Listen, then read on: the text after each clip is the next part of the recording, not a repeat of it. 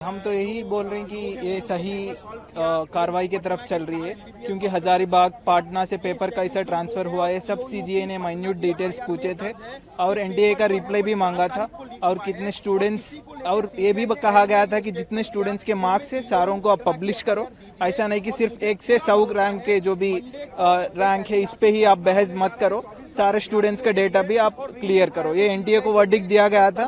हम उम्मीद करते हैं कि इसमें से हमको अच्छे चीज़ें निकलेंगे और इसमें से बहुत कॉन्स्पिरेसी जो भी सेंटर्स के है, सेंटर वाइज डेटा पूछा था तो सेंटर वाइज हमको ये भी पता चलेगा कि कौन से सेंटर में ज़्यादा मार्क आए थे। ऐसा नहीं कि पेपर लीक के जो भी बच्चा है वो 720 पाए, जो गवर्नमेंट सीट के दाखिल होने की मार्क जो भी आए वो काफ़ी है। पेपर लीक में यही होता है, ऐसा नहीं कि हर बच्चा 720 लाए। तो इससे हमको ये पता चलेगा कि कितना पेपर लीक हुआ था, कहाँ कहाँ सेंटर से ज़्यादा बच्चे आए थे, हजारीबाग से कितने थे, पाटना से कितने थे, गोधरा से कितने थे। ये सारे चीज़ें हमको मंडे पता चलेंगे। हम ये भी उम्मीद करते हैं कि जो सैंसिटी ऑफ एग्ज़ाम इफेक्ट हुआ था उसके रिलेटेड रीनीट के तरफ एग्ज़ाम जाएगा। मेरी सुप्रीम कोर्ट से यही गुजारिश है कि फैसला जो है जितना जल्दी आए उतना अच्छा है, क्योंकि हम लोग भी सफ़र कर रहे हैं कि 4 जून को रिजल्ट आया था और अभी 18 जुलाई है और अब 22 जुलाई को हो गया है। तो फिर ये जितना डिले होगा उतना हम लोगों के लिए भी प्रॉब्लम हो रही है और ज़्यादा।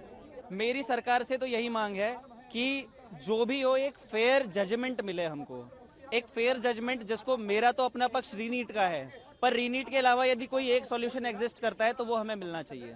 आज सीजीआई साहब ने एनटीए की नीट परीक्षा ले डाली। हम लोग बहुत खुश हैं क्योंकि इतने दिन से एनटीए ये कह रहा था पेपर लीक नहीं हुआ। आज उनने माना कि हाँ पटना में लीक हुआ।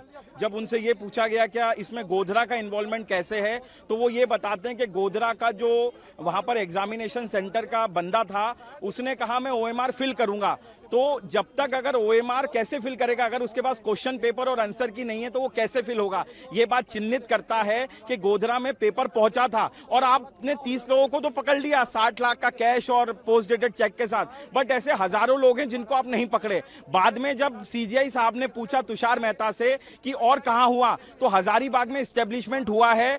2 दिन पहले सीबीआई ने पंकज कुमार को पकड़ा है जिसने एनटीए के ट्रंक से पेपर चुराया था और राजकुमार ने उसकी सहायता की और बाद में उन लोगों ने वो जो था पेपर वो पीपल्स फॉरवर्ड गैंग को भेजा। पटना पेपर जाता है, वहां पे रॉकी भैया के पास पेपर जाता है और एम्स के 4 डॉक्टरों से पेपर सॉल्व कराया जाता है एम्स पटना के। तो मेरा पूरा भरोसा है CGI and Supreme Court, we want justice and we have faith on you and we believe that on 24th, on Monday you will give justice to 24 lakh people of India. आप 24 लाख अभ्यर्थियों को justice देंगे। CGI से हमारा यही निवेदन है और मैं यही कहना चाहूंगा, सत्यमेव जयते। सुप्रीम कोर्ट में बेसिकली जो आज हियरिंग कंक्लूड हुई है उसमें पेटिशनर्स की साइड से रिक्वेस्ट की गई थी कि जितना रिजल्ट्स है सारे कैंडिडेट्स का वो एटलीस्ट ऑनलाइन आ जाए, so that we can utilize our mind and apply our mind for the analytical digital analysis, ताकि कितने स्टूडेंट्स को कितना रिजल्ट है और कितने मार्क्स मिले हैं उसके ऊपर प्रॉपरली हम भी देख पाएं और सेंटर वाइज किस सेंटर में कितने कैंडिडेट्स को किस हिसाब से रेटिंग्स रही हैं एग्जाम्स की वो हम थोड़ा एनालिसिस कर पाएं। तो इसलिए कल 5 बजे तक एनटीए को डायरेक्शन है कि सैटरडे को 5 बजे तक डायरेक्शन है एनटीए को कि सारा रिजल्ट अपलोड करेंगे वो।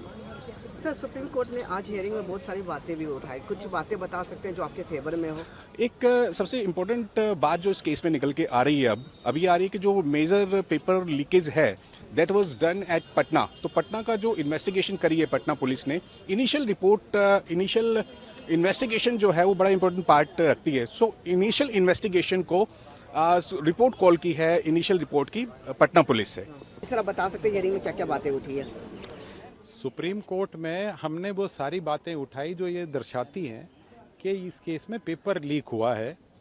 ये सिर्फ हजारीबाग और पटना में नहीं हुआ है, ये और भी कहीं जगह हुआ है।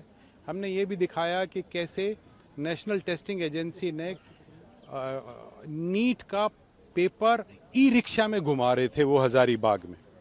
तो इस सारी बात को देखते हुए कोर्ट ने अब सुनवाई मंडे को रखी है और इस दौरान बिहार पुलिस को और भारत सरकार को डायरेक्शन दी है कि वो बिहार पुलिस की जो इनिशियल इन्वेस्टिगेशन रिपोर्ट है वो भी रिकॉर्ड पे लेके आए और जितना पेपर का जो इन्होंने डिक्लेयर नहीं किया था रिजल्ट, वो सारा रिजल्ट डिक्लेयर किया जाए उनकी वेबसाइट।